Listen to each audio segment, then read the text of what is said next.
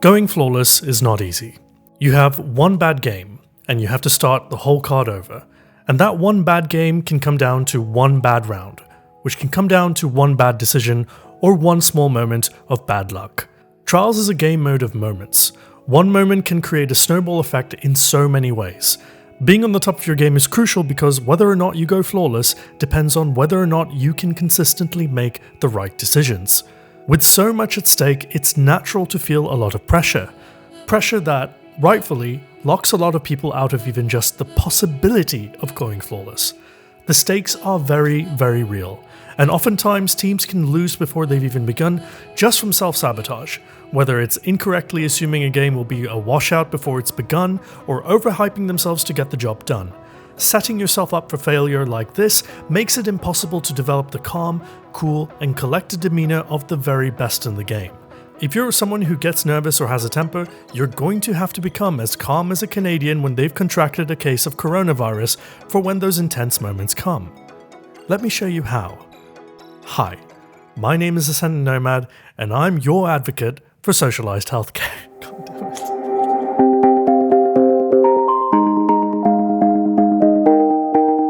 This video is number 4 of 6 of a collaboration with BRAVExHERO for making a series of guides for Trials of Osiris. If you're seeing this video on my channel, the link to his channel is below that like button. Be sure to subscribe to his channel for great build advice, excellent tips and tricks, and on occasion, something completely different.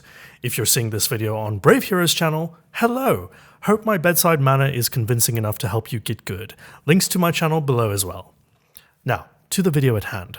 Keeping your cool in Trials of Osiris is a symptom of strong underlying systems. It's not as easy as just saying do this or do that. It's a personality trait, and personality traits take a long time to develop. Like many of us that want to develop desirable traits in life, we generally like to fake it till we make it. And learning how to be cool and collected will require an element of that in Destiny 2. That being said, I do want to explore what goes into being a calm player in a meaningful way. Beyond the normal advice that goes something along the lines of, don't send hate mail saying you're gonna f someone's mom, say you're gonna make love to her and marry her so they'll have to call you daddy, or something. As I said before, being a cool cat in the Crucible is a symptom of strong underlying systems. Systems are the processes in your head that govern your behavior.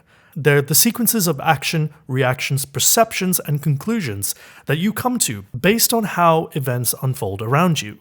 How you respond to anything is a direct result of your systems being molded over a very long period of time, which is why when it comes to changing anything about you, whether it's your physical appearance, eating habits, or consciously maining a Titan, you have to enact change at every step of the process line. As James Clear, the author of Atomic Habits, puts it, you do not rise to the level of your goals, you fall to the level of your systems. So, let's talk about the systems of a badly temperamented player. From my Destiny 1 Trials Carries days, here's how I detect a player with bad temperament. Number 1. When loading in, they'd immediately self-sabotage themselves by assuming the opponent's skill level. This is usually done by reading their gun's kill count, recognizing who they were, or by their build. And yeah, listen, these are things that everyone should look at in order to strategize effectively. Of course, somebody with 42,069 kills on their Twilight Oath is going to be pretty handy with it. Does that mean you're going to lose? No, but according to these players, it's a GG already. Number 2, assuming there's only one way of playing the game. It could be the map, or it could be their own self-imposed dogma when it comes to playing well and winning. Some people think that you have to be super aggressive to win. Some people think that you have to play mind games like emoting and teabagging. Others think that baiting and waiting is the way to go. I say the existence of all these mindsets is proof that the game can be played in many ways. Number 3, lack of trust in your teammates. Those who do not trust their teammates try to do it all themselves. They'll take on 2 players at once and put themselves in bad positions because they feel like they have to up the risk to themselves. They don't communicate with their teammates effectively. They also ignore revive orbs because they think you'll get farmed. All of these behaviors are toxic as hell. BRAVExHERO's video tomorrow on team composition will touch a bit on this as well. Number 4, being dishonest and disingenuous regarding failure. Bad players don't take criticism well. They also seek to deflect blame and try to blame extraneous circumstances like Bungie or some content creator with a British accent making PvP videos. They're not honest with themselves about their own limitations. There's quite a few more telltale signs of bad players, but these are just the most universal in my eyes. I'm sure a version of yourself is or has been guilty of some of these behaviors in the past. So, what's the antidote here? Simple.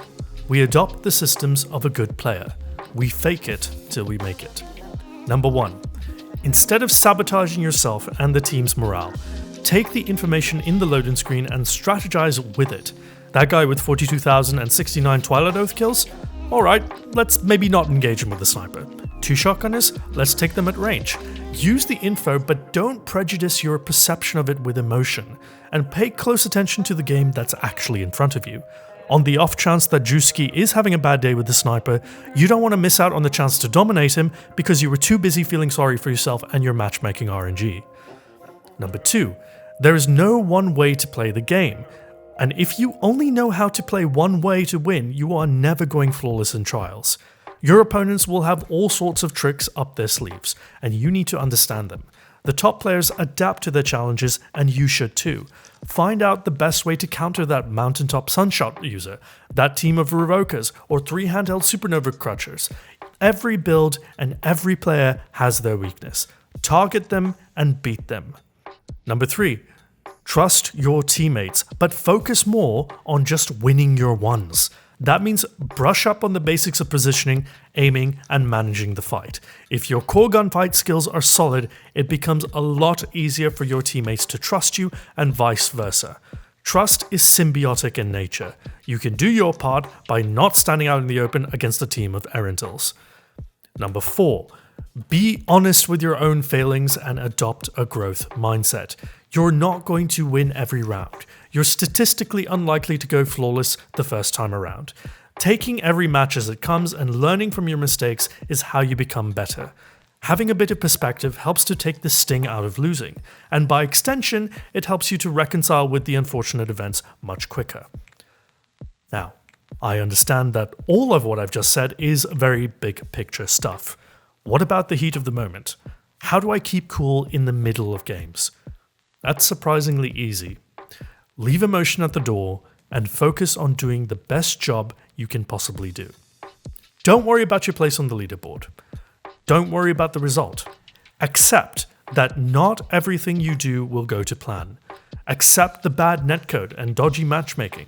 Before you load into every match, I'm going to repeat the same piece of advice I said for my How to Not Get Tilted video. Let it all go. Any feelings you develop should be about the game in front of you. Harness adrenaline. Channel frustration into measured, effective action. Use the energy to motivate you and guide you, but not influence you. You need to find a way to keep the emotionality separate. Too many people are influenced directly by their emotions. For a lot of people, being teabagged is a surefire way to set them off. This leads to the teabaggee making mistakes and getting more bags for the trouble.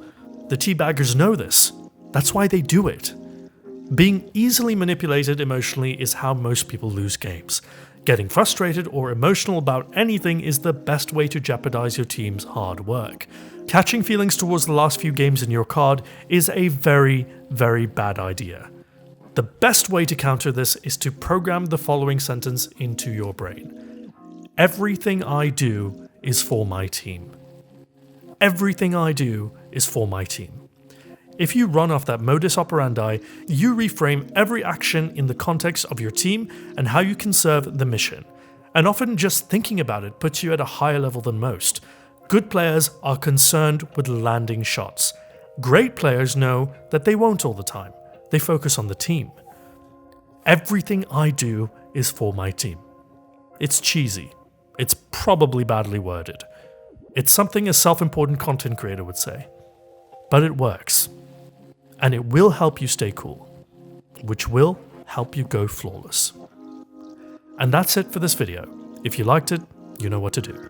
For my channel followers, please check out BRAVExHERO at the link below, and for BRAVExHERO's followers, please do the same, and I'm looking forward to having you over at my channel. I'm Ascendant Nomad, and I'm your Crucible Doctor. See you in the next one. Cheers. you.